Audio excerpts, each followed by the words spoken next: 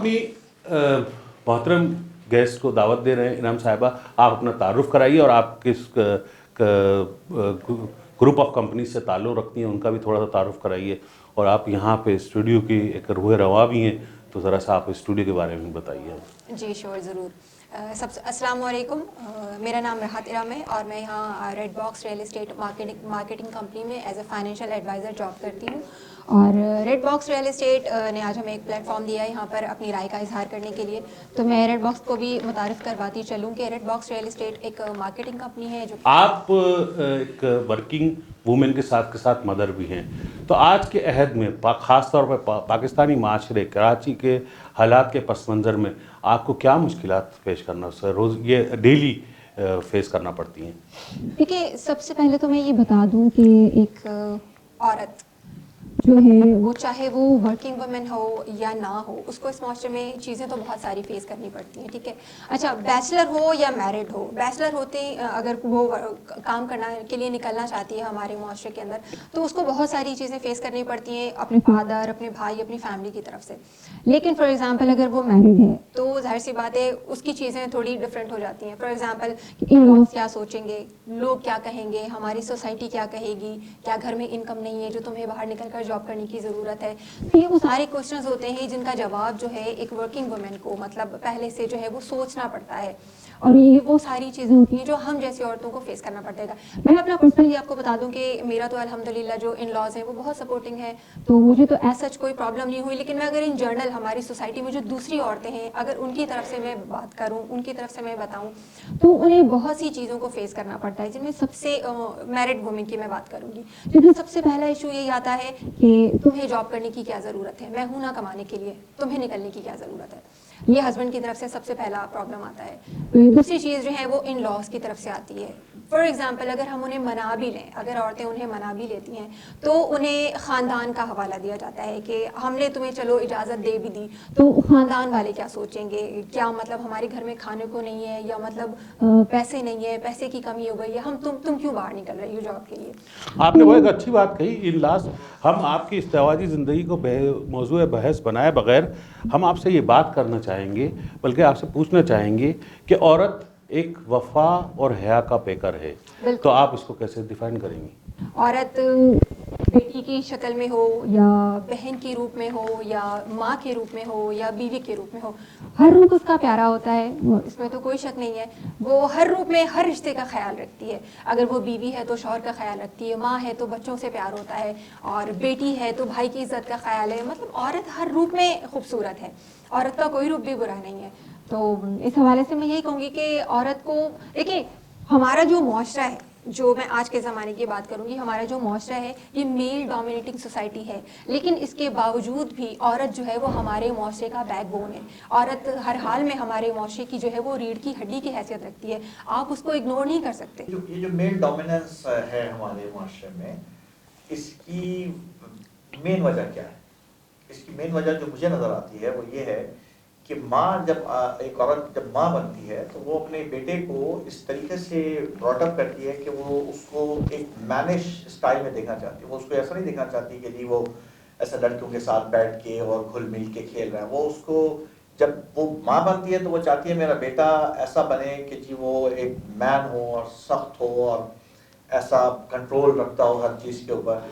وہی چیز جب وہ بیوی بن کے دیکھنا چاہتی ہے تو وہ بولتی ہے کہ میرا شوہر جو ہے نا وہ میرے پہ زیادہ کنٹرول نہ کرتا ہو. جب پرورش کر رہی ہوتی ہے سارا رول تو ماں کا ہے. ماں نے جب ہم کو سکھایا, جب ہم چھوٹے تھے تو ماں نے بتایا کہ تم لڑکیوں کی طرح رو رہے ہو, تم کیوں روتے ہو لڑکیوں کی طرح, تم لڑکی ہو, تمہیں مار نہیں لگتی, تمہیں مار لگ گئی تو تم رونے بیٹھ گئے لڑکیوں کی طرح.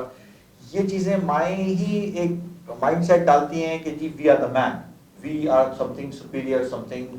بہت شکریہ وقار بھائی, آپ نے واقعی عورت کے مختلف اسٹیٹس کی بات کری, جس کا جو ہمارے پروگرام کا موضوع بھی ہے. میں آپ سے اس سلسلے میں سوال کرنا چاہوں گا کہ جب آپ بیوی کے اسٹیٹس کے طور پہ یا ایک زوجہ کے اسٹیٹس کے طور پہ اپنے گھر میں ہوتی ہیں تو آپ کی مختلف ذمہ داریاں ہیں. ایز اے ورکنگ وومن آپ کے جو ان لاز ہیں وہ آپ کی ذمہ داریاں کو کس طرح سے ہاتھ بٹاتے ہیں؟ میں یہی کہوں گی کہ دیکھیں, اگر ایک عورت گھر سے نکلتی ہے تو آج کے زمانے میں یہ صرف اس کا شوق نہیں ہے بلکہ آج کے زمانے میں یہ ایک نیڈ بن چکی ہے, ایک ضرورت ہے, کیونکہ آج کل کے زمانے میں جتنی مہنگائی ہو چکی ہے سب جانتے ہیں, اسے سب باخبر ہیں. تو ایک انسان کی انکم سے گھر چلانا بہت مشکل ہے, تو گھر میں ایک ڈبل انکم کا ہونا بہت ضروری ہے. تو آج کل کے زمانے میں اگر ایک عورت گھر سے باہر نکل رہی ہے تو اس کے پیچھے اس کی کوئی نیڈ, اس کی کوئی نہ کوئی مجبوری ہے. کوئی بھی عورت صرف شوق سے یا اپنی خواہش سے یا اپنے انٹرٹینمنٹ کے لیے باہر نہیں آ رہی. تو ایسے میں اس عورت کو اس کے گھر والوں کی طرف سے اگر سپورٹ مل جائے تو دیکھیں ذمہ داری تو ہوگی. 8 گھنٹے آپ جب ایک عورت گھر سے باہر نکل کر کام کر رہی ہے تو اٹ مینس کہ وہ دوہری ذمہ داری اٹھا رہی ہے. گھر پہ بھی وہ اس کی ساری ذمہ داریاں ایز اٹ از رہتی ہیں جو کہ ہوتی ہیں ایک عورت کی ذمہ داریاں, پلس یہ جاب اس کی ڈبل ہو جاتی ہے جب وہ آفس میں بھی 8 گھنٹے جا کر لگاتی ہے. تو اگر ایسے میں اگر گھر والوں کا سپورٹ اس کو ساتھ میں ہو تو ایٹ لیسٹ اس کو مینٹل ٹارچر تھوڑا سا کم ہو جائے گا. آپ یہ بلیو کرتے ہیں کہ جب آپ گھر آئیں اور آپ کھانا پکائیں تو your husband should do the dishes, جیسے یورپ میں ہوتا ہے کہ I do the cooking, you do the dishes. تو یہ آپ مطلب کہ آپ ایسا چاہتی ہیں؟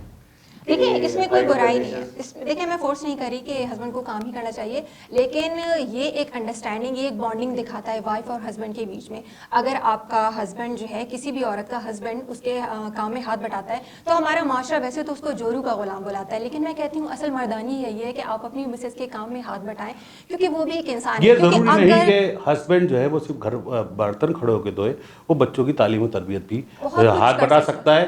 اس کے ہم پازیٹیو میں یہ کہنا چاہیں گے اگر ماں کھانا پکا رہی ہے تو وہ بچوں کے تعلیم و تربیت میں کام کر سکتا ہے. لیکن اس کے ساتھ میرا اگلا سوال آپ سے یہ ہے, لیکن ایک جو بنیادی سوال ہم اپنے سامع کو یا ہمارے دیکھنے والے کو ایک پیغام پہنچانا چاہتے ہیں جس کی وجہ سے یہ سوال کرنا ضروری ہے.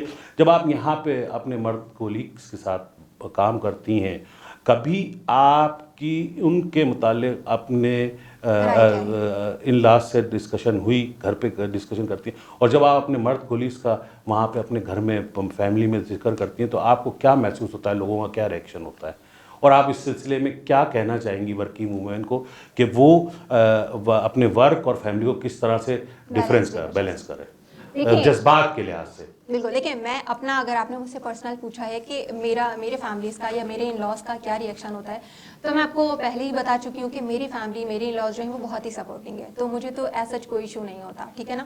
اور لیکن باقی جو میں ایز اگر سوسائٹی کی بات کروں تو اس میں خواتین کو یہ پرابلمس ہوتی ہیں ایشوز کہ وہ باہر اگر کولیگس کے ساتھ کام کر رہی ہیں یا اگر بیٹھ کے لنچ کر لیا یا گھر میں کسی کو ڈسکس کر لیا تو کبھی ہسبینڈ کی طرف سے شک کا ایشو آ جاتا ہے کوئی, یا کبھی ان لاز کی طرف سے کچھ ایشوز آ جاتے ہیں جو نہیں ہونا چاہیے. جب ایک عورت گھر سے باہر نکل کر کام کر رہی ہے تو ہسبینڈ کی طرف سے اور ان لاز کی طرف سے 100% اس کو جو ہے وہ ٹرسٹ ملنا چاہیے, کیونکہ میں نے آپ کو کہا نا کہ ایک عورت آلریڈی 8 گھنٹے وہ کام کر رہی ہے, اگر جسمانی طور پر تو وہ تھک رہی ہے گھر پہ بھی جا کر اور آفس میں بھی, لیکن ایٹ لیسٹ اگر گھر والوں کا سپورٹ ان ساری چیزوں میں, مینٹلی بھی کہہ لیں آپ اور ایموشنلی سپورٹ بھی اگر اس کو مل جاتا ہے تو ایٹ لیسٹ کم سے کم وہ مینٹل ٹارچر سے بچ جاتی ہے.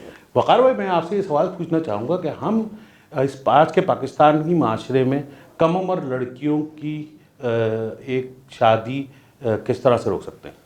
کیا قانون بنانا کافی ہے؟ قانون بن گیا, ابھی تو قانون بن گیا, ظاہر سی بات ہے یہ ہمارا جو اس میں ایجوکیٹڈ معاشرہ نہیں ہے. بہت سارے جو کیسز ہیں وہ ریموٹ ایریاز کے کیسز ہیں جس میں جو والدین ہیں انہوں نے بھاری قرضے لیے ہوتے ہیں تو اس قرضے کی واپسی نہیں ہوتی. ابھی پرسوں جو ٹی وی پہ ایک وہ چل رہا تھا اس میں بھی یہی تھا کہ وہ لڑکی, انہوں نے خیر دونوں لڑکی اور لڑکے کو پکڑ لیا تھا پولیس نے, پنجاب کا کوئی ضلع تھا, وہاں پہ وہی قرض کی ادائیگی تھی, قرض کی ادائیگی نہیں ہو سکی تو انہوں نے اپنی بچی سے اس کی شادی کی, وہ بھی کم عمر تھی مگر شادی نہیں ہوئی, وہ تو دونوں پکڑے گئے.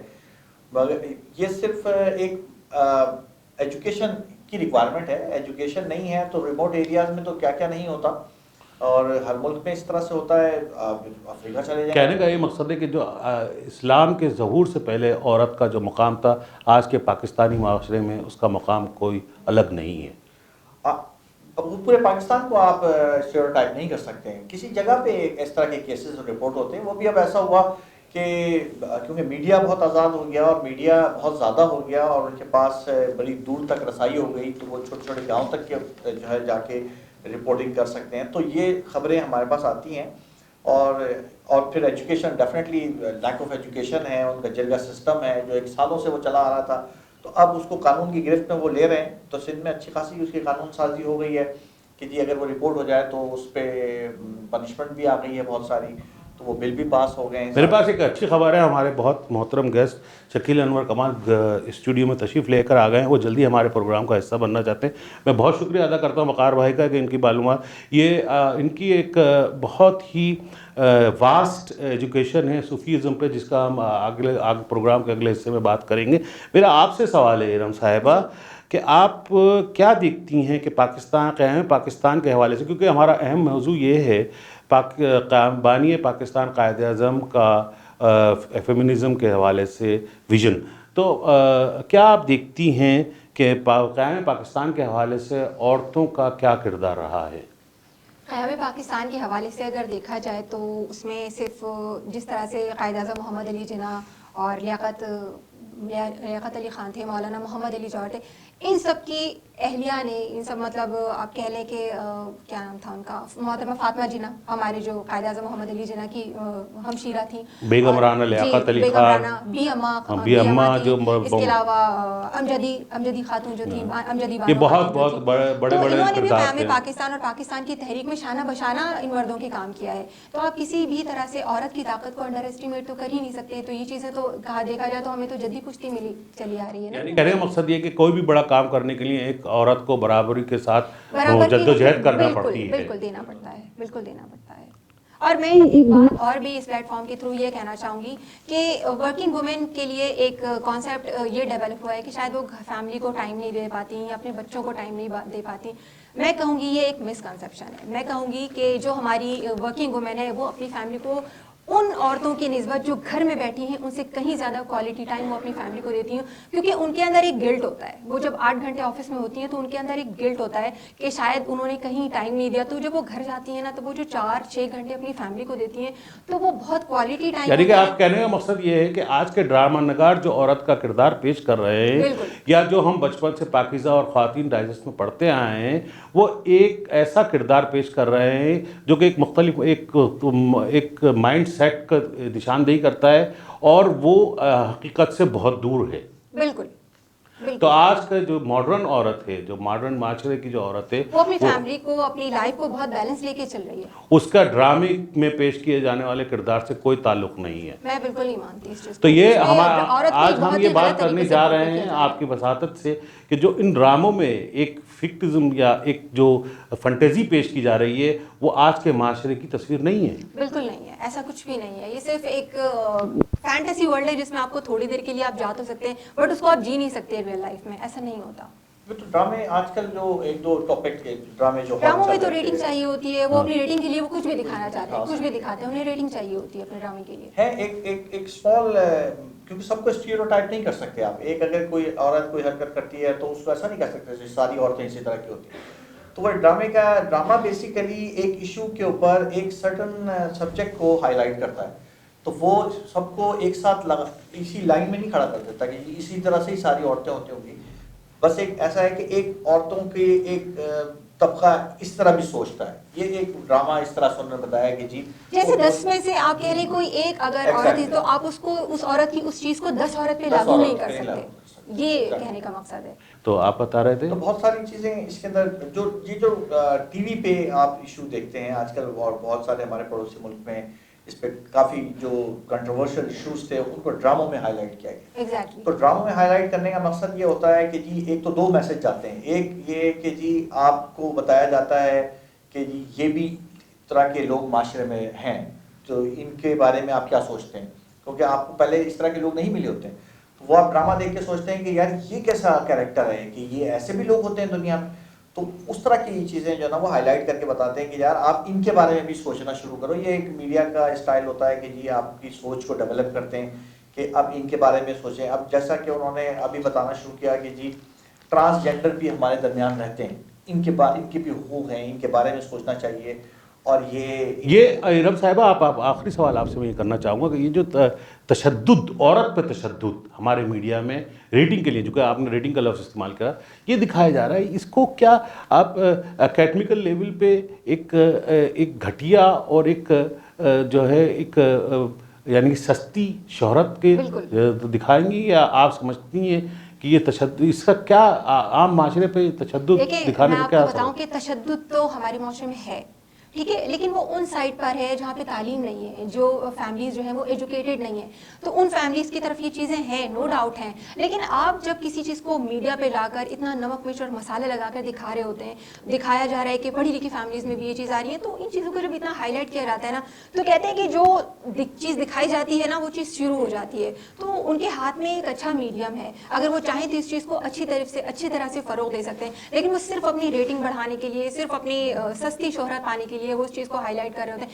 ہمارے معاشرے میں بہت سی اچھی چیزیں بھی ہو رہی ہیں فیملیز میں، بہت شکریہ وہ ایران چاہیں صاحبہ، ہمارے پاس ٹائم بہت کم ہے، آپ کی تشریح آوری کا آپ نے ہمیں بہت ساری معلومات دی، اب ہم اپنے پروگرام کو آگے بڑھاتے ہیں اور اپنے گیسٹ کو دعوت دیتے ہیں۔ تھینک یو سو مچ۔ کیا بات کہیں گے؟ یہ صحیح ہے، لیکن خواتین کی ایک حدود و قیود تو ڈیفائن کر دی گئی ہیں بہت ساری دفعہ، لیکن جب وہ خاتون باہر نکلتی ہیں وہ